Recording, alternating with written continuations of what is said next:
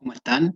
Continuamos entonces con el curso de cuidado y rehabilitación del paciente traqueostomizado. Soy Arturo Fernández, kinesiólogo, trabajo en unidades de cuidados intensivos principalmente y vamos a hablar un poco de cómo planificar el entrenamiento en pacientes traqueostomizados, entrenamiento muscular principalmente, y también como base de este trabajo, o lo que vamos a ver ahora es la clase de función pulmonar previamente analizada. Seguimos con la misma diapositiva, las diferentes dimensiones de trabajo con el paciente traqueostomizado, de la dilución, la fonación, la mantención de la vía aérea y el entrenamiento muscular respiratorio como parte o pilar fundamental del proceso de decanulación. ¿Cuáles son los beneficios resumidos que nosotros encontramos a grandes rasgos del entrenamiento muscular respiratorio específico?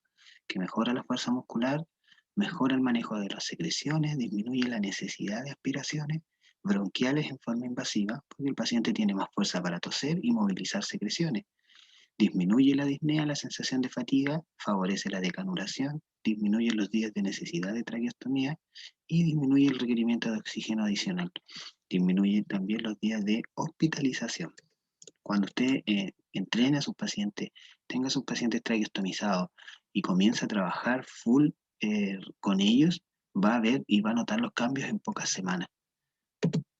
Entonces, quedamos en la clase anterior cómo realizar el entrenamiento una vez que ya teníamos la medición basal a través de la válvula de carga umbral, la Threshold IMT, y a través de la válvula de carga umbral, la Threshold PIP.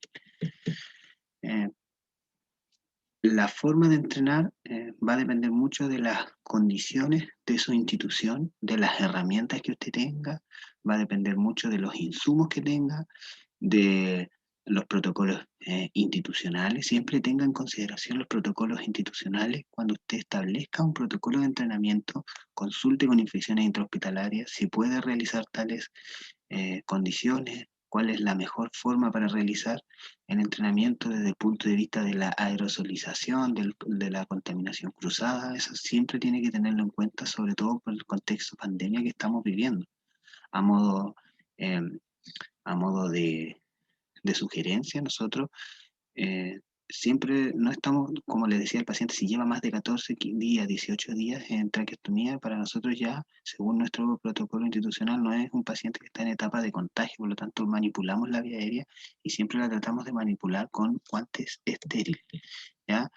Eh, ¿Qué podemos decir respecto al entrenamiento muscular? Que existe gran variedad de métodos reportados en la literatura. Esta es una revisión que se hizo en el 2008 y nos señala como conclusión esto, y falta de pautas prácticas publicadas. Si bien los parámetros óptimos para el entrenamiento IMT de la PIM aún no se ha establecido en forma definitiva, existen muchas recomendaciones y lo que hablábamos recién, cada centro debe adaptar sus propios protocolos.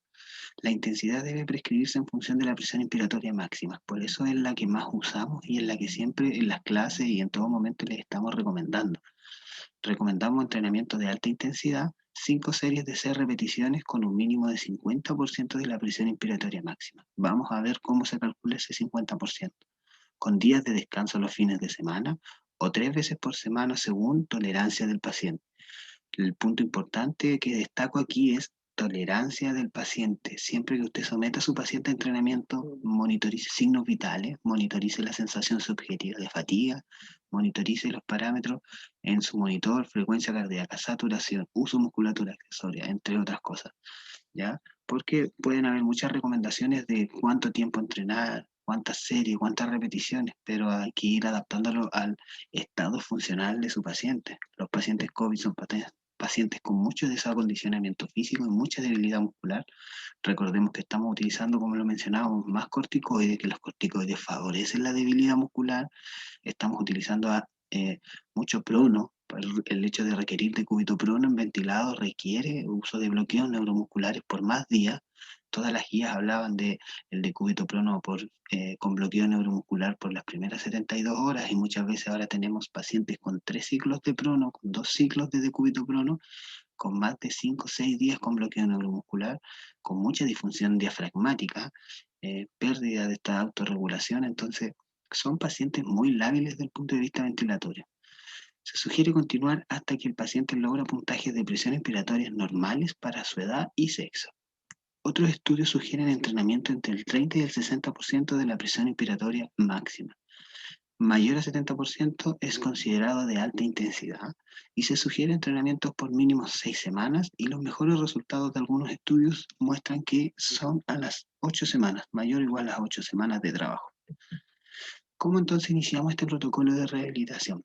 Primero lo que usted debe hacer es medición de las presiones inspiratorias máximas y la presión expiratoria máxima, o sea, la función pulmonar.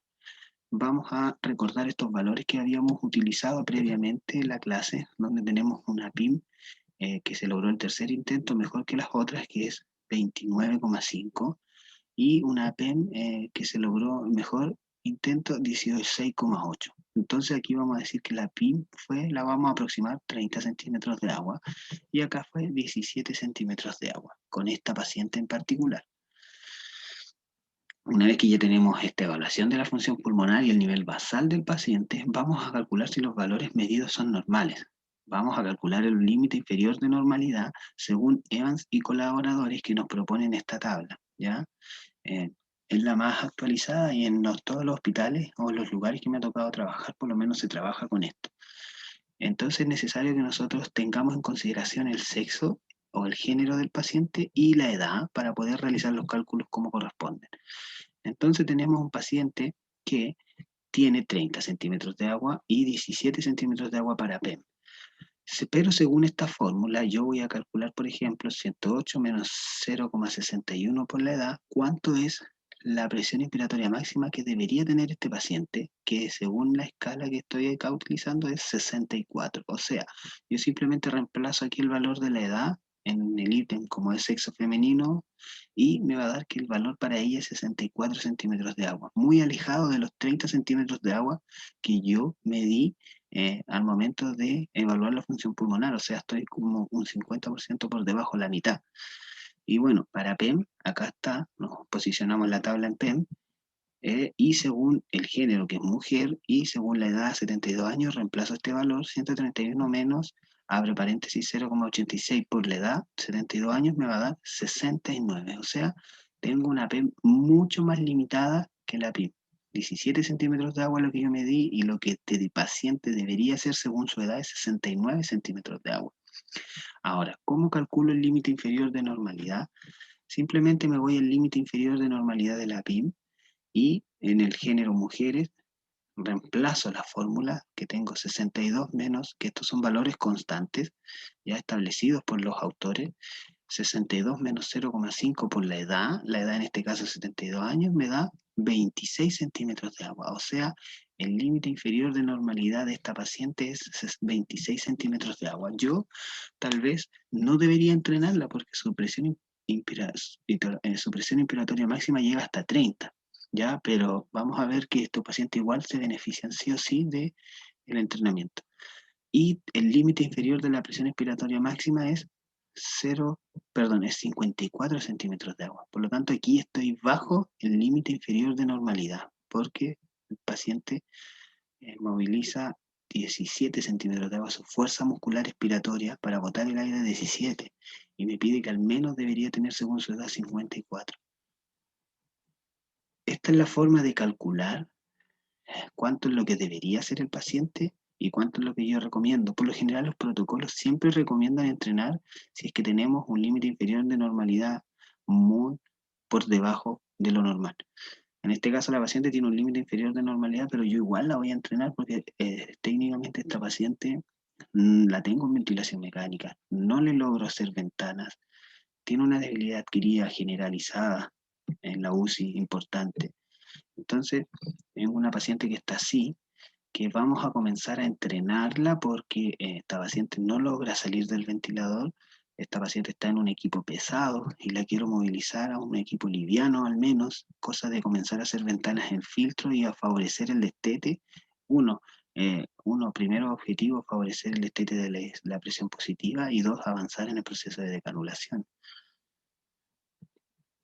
Entonces, ¿cómo planifico mis cargas de trabajo? Esta es la tabla de trabajo que nosotros utilizamos en nuestra clínica, donde cuando nosotros tenemos a un paciente que vamos a entrenar, tenemos un objetivo que proponernos. En este caso, por ejemplo, entrenamos resistencia. Cuando entrenamos resistencia, entrenamos con cargas relativamente bajas, entre el 30 y el 40%. Cuando entrenamos fuerza, entrenamos cargas moderadas, entre el 50 al 80%. Moderadas altas, podríamos decir. Y cuando entrenamos interválico, 30, 50 al 80%, ¿ya? Eh, Como le hablábamos, en este caso mi objetivo es principalmente el destete del ventilador. Yo voy a entrenar principalmente resistencia, ¿ya? Porque quiero que el paciente tolere harto tiempo fuera del ventilador, porque no lo está tolerando, tolera una ventana de 1 hora, 2 horas, y yo quiero que este paciente pase la mayor parte del tiempo fuera del ventilador. Entonces voy a comenzar mi entrenamiento con el 30% de la carga que yo obtuve, o sea, el 30% de mi presión inspiratoria máxima de 30 centímetros de agua. Otras recomendaciones que hacemos acá, por ejemplo, según el objetivo de trabajo que usted se proponga con este paciente, por lo general siempre partimos con el 30% de la carga de la presión inspiratoria máxima, pensando que son pacientes muy desentrenados, con mucho desacondicionamiento y que cargas de trabajo mayores no van a tolerar. Entonces, habíamos hablado y vamos a hacer un resumen. Eh, la presión que yo medí con mi paciente fue 30 centímetros de agua. En este caso fue 29,5, pero lo aproximamos a 30 en la medición de la función pulmonar. Y la presión expiratoria máxima medida fue 17 centímetros de agua. El 30% es simplemente 30 por 0,3 y eso me va a dar 9 centímetros de agua, porque el 30% de 30 centímetros de agua, ¿ya? Me va a dar 9 centímetros de agua y el 30% de 17 me va a dar 5 centímetros de agua. Entonces, ¿qué es lo que tengo que hacer yo ahora? Voy a mis válvulas de carga umbral. En este caso, para entrenar presión inspiratoria máxima, utilizo la válvula de carga umbral IMT, Trecho IMT. Aquí abajo, esta válvula me permite regular la presión que yo voy a ejercer sobre este paciente, la resistencia que voy a ejercer en centímetros de agua. Por lo tanto, yo muevo esta perilla simplemente abajo y me posiciono acá, en 9 centímetros de agua. Esta flecha roja ahí debería bajar hasta 9 centímetros de agua. En realidad es la carga más baja que me permite modificar o obtener la válvula. Y comienzo con el entrenamiento. Lo mismo con la válvula PEP. Me posiciono acá, 5 centímetros de agua, que también justamente es el menor valor que me permite programar. Y comienzo el entrenamiento simplemente con mi paciente, ya con las cargas establecidas que yo calculé. Válvulas de carga umbral, entonces, trecho el IMT y trecho el PIB. Debemos recordar el principio de entrenamiento, la sobrecarga, la progresión, la especificidad, la reversibilidad y la individualidad. ¿Por qué? Porque ¿cómo yo voy a progresar en mi paciente? Eh, yo principalmente una vez que calculé la carga de trabajo, después debo realizar una reevaluación de cómo está mi fuerza muscular, si es que mejoró, si es que no mejoró. Entonces, para eso, por lo menos en nuestro centro, cada 5 días vamos haciendo modificaciones de la carga. Cada 5 días está establecido que tenemos que ir midiendo nuevamente la PIM y la PEM y calcular la carga de trabajo en función de esa nueva medición obtenida. Si usted mide su presión inspiratoria, por ejemplo, y aumenta desde 30 centímetros de agua inicialmente hasta 40 centímetros de agua, en su reevaluación a los 5 días o a los 7 días o a las 2 semanas, cuando usted lo trabaje o lo proponga con su equipo, usted ahora entrenará al 30% de esta nueva presión, entregando entonces un valor de 12 centímetros de agua. Por lo tanto, ya usted progresó. En 7 días usted midió, tenía 30, entrenó al 30% y a los 7 días usted midió nuevamente la presión inspiratoria y le dio 13 centímetros, o sea, le dio 40 centímetros de agua. Ahora, el 30% de esos 40 centímetros de agua es 12, por lo tanto, usted modifica la resistencia en la válvula hasta 12 y sigue entrenando, ¿ya? Usted logró progresar, logró adaptaciones fisiológicas al entrenamiento muscular respiratorio y puede reevaluar su geometría de igual manera para ir correlacionando cómo se ve favorecido, ¿ya? En este caso, por ejemplo, nuestra paciente logró mejorar hasta 36,7 centímetros de agua en 7 días, menos 37, menos 36,7 centímetros de agua, entonces eso es un gran avance. La misma paciente que estábamos viendo anteriormente, y ¿cómo lo hemos notado? ¿Qué diferencia hemos tenido? Hemos tenido que la paciente ha logrado estar hasta 12 horas fuera del ventilador con solo conexiones nocturnas, pensando en que antiguamente toleraba 1 a 2 horas. Entonces, estamos entrenando resistencia como objetivo, con cargas bajas, pero con entrenamiento largo. Entonces, ¿qué vamos a encontrarnos aquí para hacer un repaso a grandes rasgos? Iniciamos el protocolo, medimos fuerza de la fuerza muscular respiratoria. En base a la fuerza muscular respiratoria, lo que vamos a hacer nosotros va a ser calcular si esa fuerza muscular respiratoria está acorde a la edad. Nosotros deberíamos entrenar hasta alcanzar valores según la edad de esta paciente, o al menos que sobrepase o alcance su límite inferior de normalidad, ya sea para la PIM o sea para la PEM.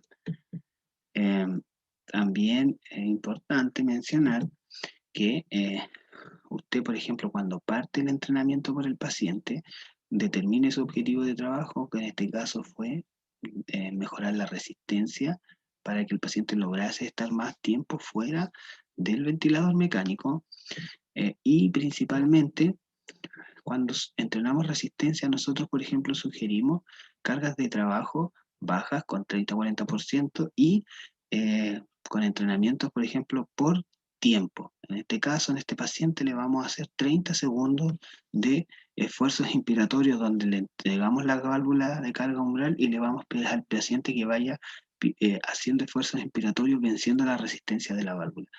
Y vamos evaluando todo lo que son los parámetros de falla, claramente. Luego, entonces, calculamos las cargas de trabajo específicas, las programamos nuestra válvula de carga umbral.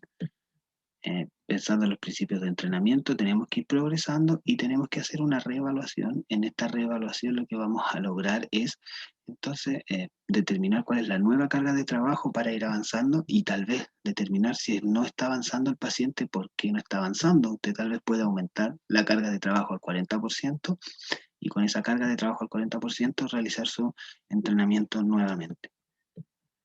Muchas gracias.